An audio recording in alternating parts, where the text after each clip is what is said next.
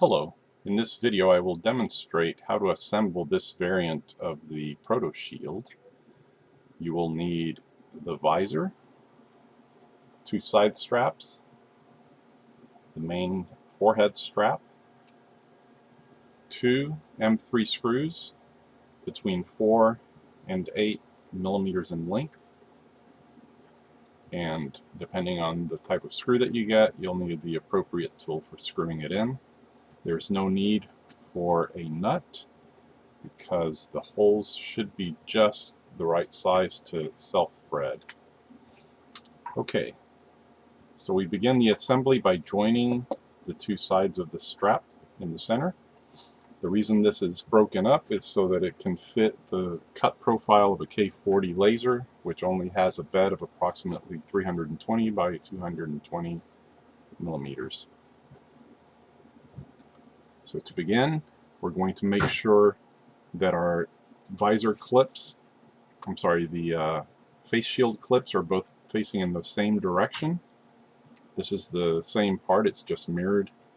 So it is possible to accidentally screw one of these upside down. So you need to make sure that those two features are both opening in the right direction, or in the same direction rather.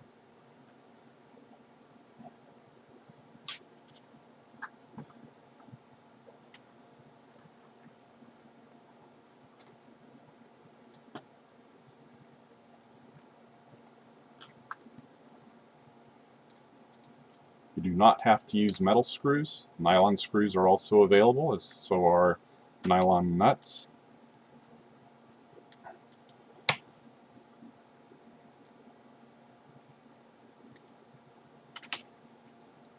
There's one screw. Here's the second.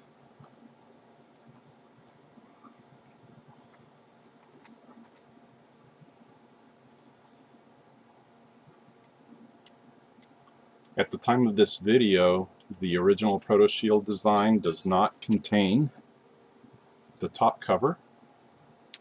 So I've added this to the design.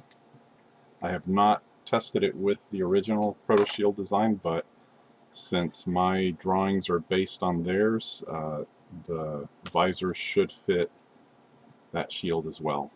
Once you have these together, the next step is to put bends into the clips, both so that the face shield can be fitted on and so that the openings are available for the visor to clip into.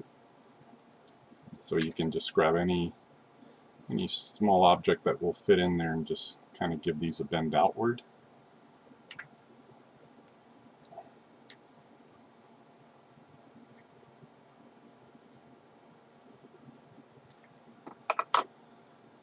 Okay. Now when you're adding the face shield, of which I don't have any right now because there's no material to be had, you want these clips to open upward. Now we're going to add the headband, or I guess the forehead strap, which goes on the inside against your forehead. These two pieces are held together by the elastic, which measures 14 inches, or I suppose that's a little over, what, 300 millimeters, maybe 350 millimeters.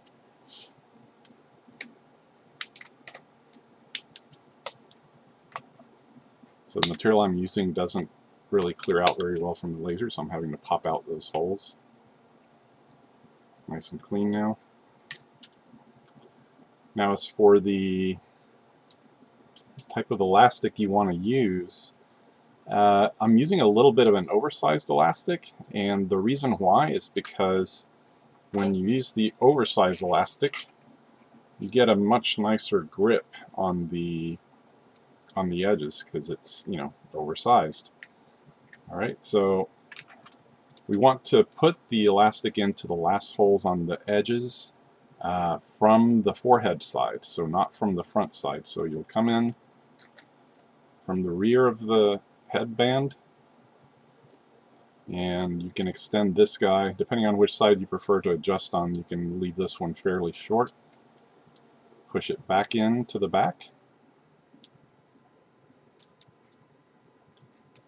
And this elastic that I'm using I bought from from a sewing supply store. Joann Fabric if you have it, or maybe Michael's, or a sewing supply store. Support our local businesses and all that. Alright, so you can see once you have that strap in there, those two pieces, they don't come apart. We're going to put in the other side as well.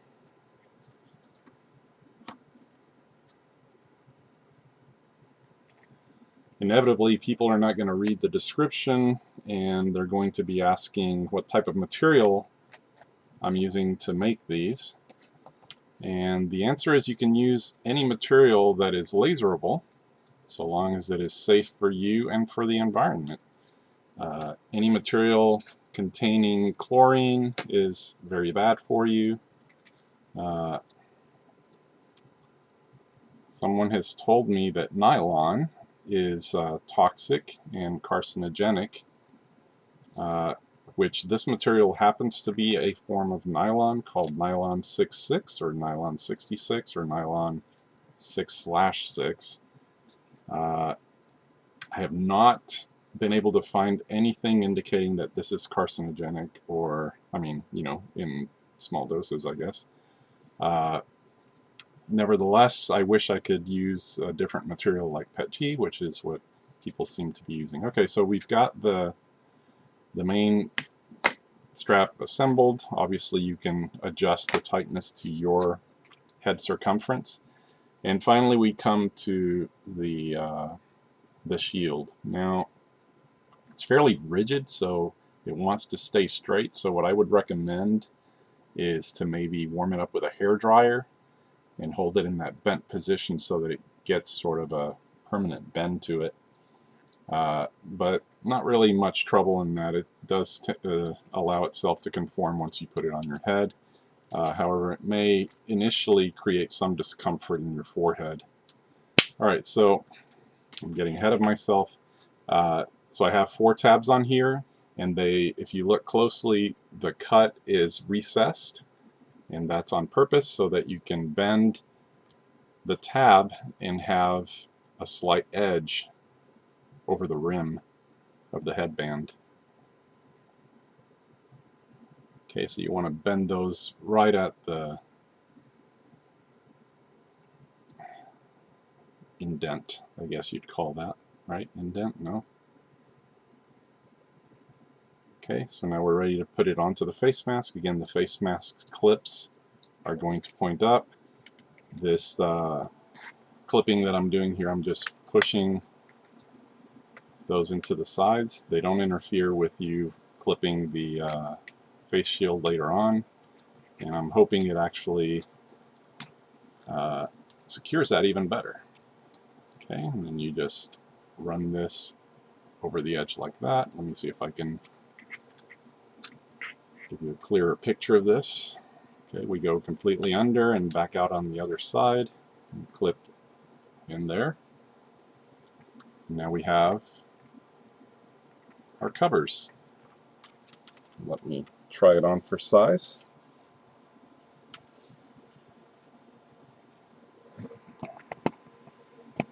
There you go. Who is that handsome devil? Okay, I hope you found this video useful, and spread the word. Let's hope we don't need these, but if we do, let's hope we have enough people making them to supply what's being demanded. Good luck out there. Stay safe, stay healthy,